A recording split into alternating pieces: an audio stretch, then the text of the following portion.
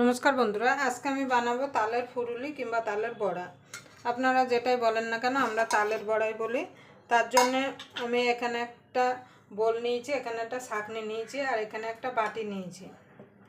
এবার আমি এই বাটি মেপে তালের পালটা নিয়ে নেব। এটা আমি তালের পালটা বার করে ফ্রিজে রেখে দিয়েছিলাম। কিভাবে আপনারা তালের পালটা বার করবেন সেটা আমার ভিডিওতে দেওয়া আছে, আপনারা গিয়ে দেখে আসতে পারেন। যে কোনো কিছু কিন্তু মেপে নিলে কিন্তু তাহলে তালের বড়াটা কিন্তু একদম পারফেক্ট হবে।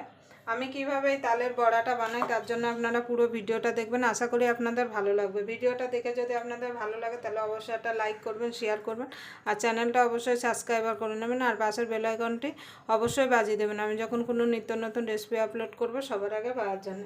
তাহলে আমি এটাকে ছেঁকে নেব।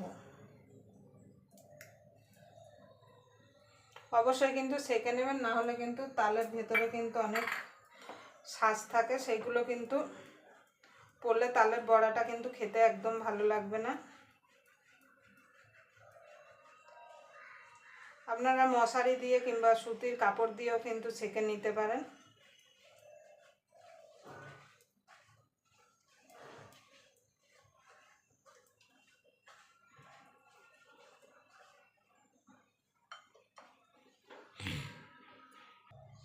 দেখুন বন্ধু, পালটা ছেঁকে নিয়েছি। এবার দিয়ে দেবো 2 চামচ মতো সুজি।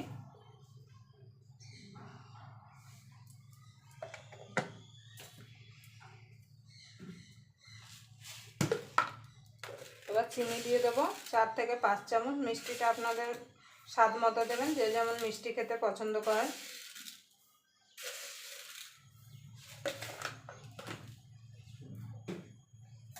এবার এইটাকে মিশিয়ে নেবো, চিনিটা আর সুজিটা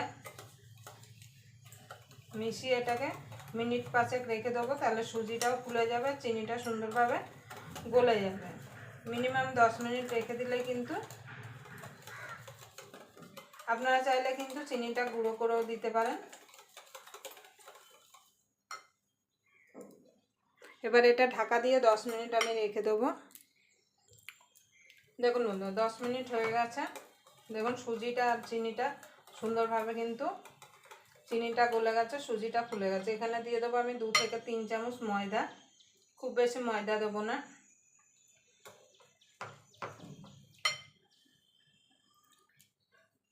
এবার দিয়ে দেবো চালের গুঁড়ো।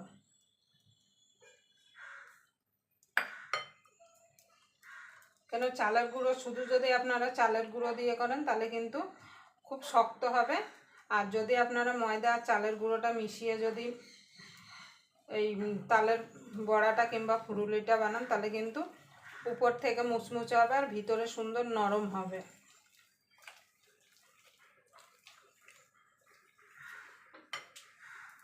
এবার আমি এটা হাত দিয়ে মেখে নেব। দেখুন বন্ধুরা, দিয়ে দেবো সামান্য একটুখানি নুন। যে কোনো মিষ্টি জিনিসে নুন দিলে কিন্তু খেতে ভালো লাগে। এবার দিয়ে দেবো নারকেল কোড়া। আমি এখানে মৌরি দিচ্ছি না, আপনারা চাইলে মৌরি দিতে পারেন, অনেকে দেখি মৌরি দিয়ে করে। এবার ভালো করে এগুলো মেখে নেব। আপনাদের যদি মনে হয় যে এই জায়গায় একটু মানে খুব শুকনো শুকনো হয়ে গেছে তাহলে আপনারা এখানে একটু দুধ দিতে পারেন।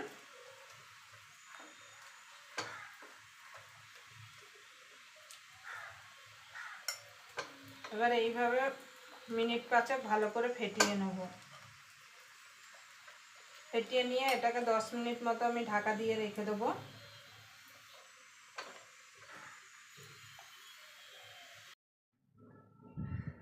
দেখুন বন্ধুরা, তালের ফুরুলিগুলো ভাজার জন্য আমি এখানে তেল বসিয়ে দিয়েছি। একটুখানি আমি দিয়ে দেখব যে তেলটা ঠিক মতো হয়েছে কিনা। দিতে দিতে যদি উঠে আসে তাহলে জানবেন তেলটা ঠিকঠাক মতো হয়েছে, মানে তেলটা হয়নি, মানে দিতে দিতেই উঠে আসছে না।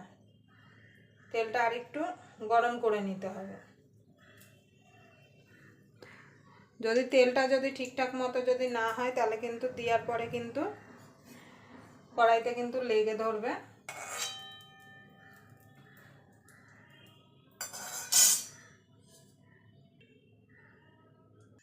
দেখুন বন্ধু তেলটা হয়ে গেছে, এবার আমি ছেড়ে দেবো। গ্যাসটা কিন্তু লো টু মিডিয়ামে রাখতে হবে। এভাবে ছেড়ে আমি এপিট ওপিট করে লাল লাল করে ভেজে নেব।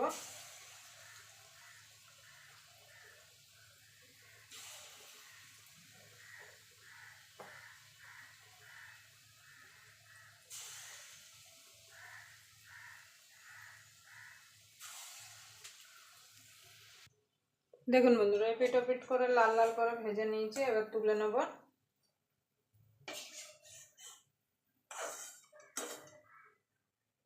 এইভাবে বাকিগুলো আমি ভেজে নেব।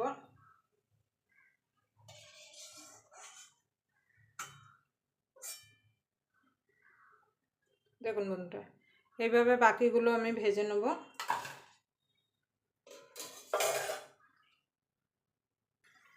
দেখুন বন্ধু তালের বড়াগুলো হয়ে গেছে, এবার আমি তুলে নেব।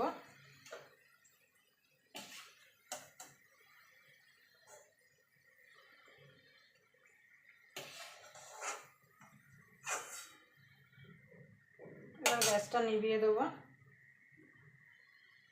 তেলটা ঝরিয়ে নেব। দেখুন বন্ধু তালের বড়াগুলো হয়ে গেছে। দেখুন আওয়াজটা শুনলে বুঝতে পারছেন যে কতটা মানে মচমচে হয়েছে। আমি একটা ভেঙে দেখাচ্ছি। দেখুন উপরটা দেখুন পুরো, দেখুন ভেতরটা দেখুন কত সুন্দর নরম তুলতুলে হয়েছে। দেখুন এরকম আপনারা বানিয়ে রেখে দিলে 2 থেকে 3 দিন এইরকমই নরম আর সফট থাকবে, আর উপরে এরকম মচমচেই থাকবে। আপনারা অবশ্যই এইভাবে বাড়িতে তালের বড়া বানিয়ে নেবেন। সামনেই তো জন্মাষ্টমী আসছে, আর জন্মাষ্টমী কিন্তু সকলের বাড়িতেই হয়, আর সকলের বাড়িতেই কিন্তু তালের বড়া হয়। দোকান থেকে না কিনে, বাজার থেকে না কিনে এইভাবে বাড়িতেই বানিয়ে ফেলতে পারেন। দারুণ স্বাদের এই তালের বড়া, খেতে কিন্তু অসাধারণ লাগে। আবার আপনাদের সঙ্গে কোনো নতুন রেসিপি নিয়ে দেখা হবে। ততক্ষণ পর্যন্ত আপনারা ভালো থাকবেন, সুস্থ থাকবেন।